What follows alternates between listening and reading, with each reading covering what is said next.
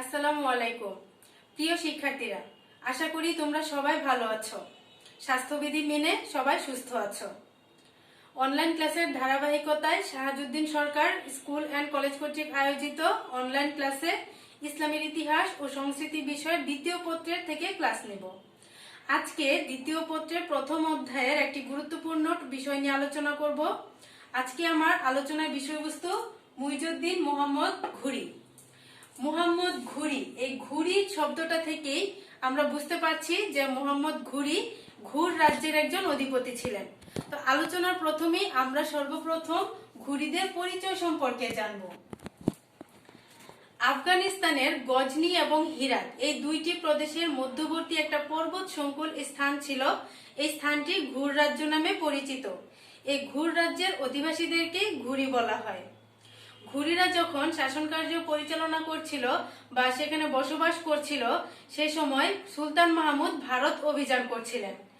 1009 খ্রিস্টাব্দে সুলতান মাহমুদ ঘুর রাজ্যে আক্রমণ পরিচালনা করেন এবং ঘুর রাজ্যকে তার সাম্রাজ্যভুক্ত করে নেন।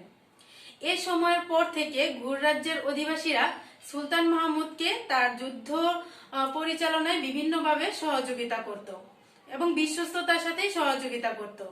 এক পর্যায়ে গজনি সম্রাটদের মধ্যে, গজনি সুলতানদের মধ্যে যখন উত্তরাধিকার দ্বন্দ্ব শুরু হলো, এই দ্বন্দ্বের সুযোগে ঘুরি রাজ্যের অধিবাসীরা শক্তি সঞ্চয় করে গজনি সুলতানদের সাথে ক্ষমতার প্রতিদ্বন্দ্বিতায় লিপ্ত হয়।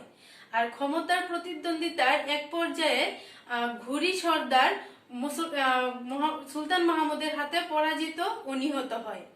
আর এতে ঘুরিরা আরো বেশি ক্ষিপ্ত হয়ে যায় এবং প্রতিশোধ স্পৃহা তাদের আরো বেড়ে যায়। আর ঘুরি সর্দারের ভাই আলাউদ্দিন হুসাইন এতে ক্ষিপ্ত হয়ে প্রতিশোধ স্পৃহা প্রবল তার বেড়ে যায় এবং তিনি এক সপ্তাহ ধরে তিনি গজনিতে লুণ্ঠন, লুটতরাজ, অগ্নিসংযোগ এই সমস্ত ঘটান। এজন্য আলাউদ্দিন হুসাইনকে জাহানশুস বা পৃথিবী দাহক বলে উপাধি দেয়া হয়েছিল। আলাউদ্দিন হুসাইনের মৃত্যুর পর ঘুরি রাজ্যের দায়িত্ব গ্রহণ করে তার পুত্র সাইফুদ্দিন। সাইফুদ্দিন যখন মৃত্যুবরণ করলো, তখন তার চাচাতো ভাই গিয়াসউদ্দিন ঘুরি রাজ্যের অধিপতি হন। গিয়াসউদ্দিন আবার তার চাচাতো ভাই মুইজউদ্দিনকে শিহাবুদ্দিন উপাধি দেন এবং তাকে ঘুর রাজ্যের অধিপতি হিসেবে নিযুক্ত করেন 1173 খ্রিস্টাব্দে। অর্থাৎ 1173 খ্রিস্টাব্দেই এই মুইজউদ্দিন মোহাম্মদ ঘুরি ঘুর রাজ্যের অধিপতি হিসেবে প্রতিষ্ঠিত হন।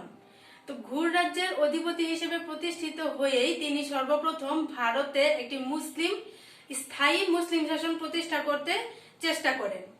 এজন্য তিনি 1203 খ্রিস্টাব্দে ভারতের সিংহাসনে অধিষ্ঠিত হয়ে তিনি 3 খ্রিস্টাব্দে ভারতীয় সিংহাসনের অধিষ্ঠিত হন। কিন্তু তার আগের থেকে তিনি ভারতের স্থায়ী মুসলিম সাম্রাজ্য প্রতিষ্ঠার চেষ্টা করছিলেন।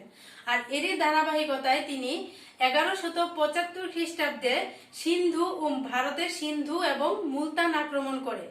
সিন্ধু এবং মুলতানকে তার সাম্রাজ্যভুক্ত করার পর 1178 খ্রিস্টাব্দে তিনি গুজরাট আক্রমণ করেন। কিন্তু এই অভিযানটা তার সফল হয়নি। তিনি শোচনীয়ভাবে পরাজিত হন। কিন্তু তিনি আশাহত হননি। গুজরাটে বিজয় না পেলেও তিনি 1179 খ্রিস্টাব্দে পাঞ্জাব আক্রমণ করেন এবং পাঞ্জাবকে তার সাম্রাজ্যভুক্ত করেন। এরপর তিনি যখন সিন্ধু, মুলতান, গুজরাট, পাঞ্জাব এগুলো অধিকার করেন, তারপর তিনি মূল ভারতের দিকে দৃষ্টি নিবদ্ধ করেন, যে ভারতের কেন্দ্রীয় অংশটাকে এখন তিনি আক্রমণ করার পরিকল্পনা করেন।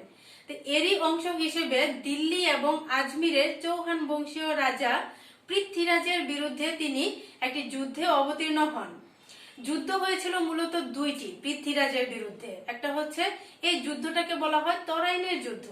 তরাইনের যুদ্ধ হয়েছিল দুইটি, তরাইনের প্রথম যুদ্ধ, তরাইনের দ্বিতীয় যুদ্ধ। 1191 খ্রিস্টাব্দে তরাইনের প্রথম যুদ্ধটি অনুষ্ঠিত হয়েছিল। এই যুদ্ধে মুহাম্মদ ঘুরি হিন্দু এই রাজার কাছে শোচনীয়ভাবে পরাজয় বহন করেন।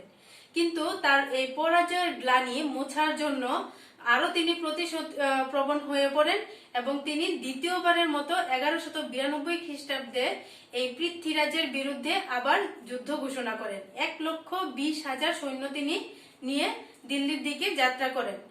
আর এই সময় তরাইনের প্রান্তরে যুদ্ধে হিন্দুদের কিন্তু বিপুল পরিমাণে সৈন্য সংখ্যা ছিল পৃথ্বীরাজের পক্ষে, কিন্তু তা সত্ত্বেও মুহাম্মদ ঘুরির চৌকসতার কারণে এই যুদ্ধে মুহাম্মদ ঘুরি জয়লাভ করে এবং ভারতবর্ষে স্থায়ীভাবে মুসলিম শাসন প্রতিষ্ঠা করা হয়। এজন্য মুহাম্মদ ঘুরি ইতিহাসে একজন বিখ্যাত ব্যক্তিত্ব এবং তাকে বলা হয় যে ভারতবর্ষে তিনি সর্বপ্রথম স্থায়ী মুসলিম সাম্রাজ্য প্রতিষ্ঠা করেছিলেন। এজন্য তাকে মুসলিম সাম্রাজ্য প্রতিষ্ঠার অর্থাৎ মুসলিম সাম্রাজ্যের প্রকৃত প্রতিষ্ঠাতা বলা হয়। ভারতবর্ষে মুইজুদ্দিন মোহাম্মদ বিন ঘুরি একজন উল্লেখযোগ্য সমরপ্রিয় একজন ব্যক্তি এবং তিনি ছিলেন একজন সাম্রাজ্য প্রতিষ্ঠাতা, প্রকৃত প্রতিষ্ঠাতা। তিনি মুসলিম সাম্রাজ্য ভারতবর্ষে প্রতিষ্ঠা করেছিলেন, তবে তিনি শিল্প সাহিত্যের ক্ষেত্রে নিজে সরাসরি কোনো অবদান রাখতে পারেননি। তবে তার সময়ে একজন কৃতদাস কুতুবউদ্দিন বা পরবর্তীতে যিনি শাসক হয়েছিলেন তার নির্মিত আড়াই দিনকা ঝুপড়া মসজিদ একটি ইতিহাস বিখ্যাত মসজিদ। এই ছিল মোহাম্মদ বিন ঘুরি। মোহাম্মদ বিন ঘুরি ইতিহাসে একজন স্মরণীয় ব্যক্তিত্ব। আমরা তার সম্পর্কে ভালো করে জানবো।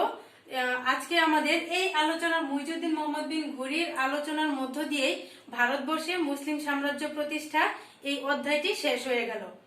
এই অধ্যায়টিতে আমরা যে সমস্ত টপিকস নিয়ে আলোচনা করেছি তার মধ্যে উল্লেখযোগ্য হচ্ছে ভারতবর্ষের পরিচিতি, ভারতবর্ষের মুসলমানদের আগমনের পূর্বে সামাজিক, রাজনৈতিক, অর্থনৈতিক, প্রশাসনিক, ধর্মীয় প্রভৃতি অবস্থা, তারপর মুহাম্মদ বিন কাসিমের ভারত অভিযান এবং সুলতান মাহমুদের ভারত অভিযান এবং মুইজুদ্দিন মোহাম্মদ বিন ঘুরির ভারতে মুসলিম সাম্রাজ্য প্রতিষ্ঠা। এই বিষয়গুলো তোমরা সবাই ভালো করে মনোযোগ দিয়ে দেখবে এবং বিষয়গুলো আয়ত্তে নেওয়ার চেষ্টা করবে। এই পর্যন্ত সবাই ভালো থেকো। আসসালামু আলাইকুম।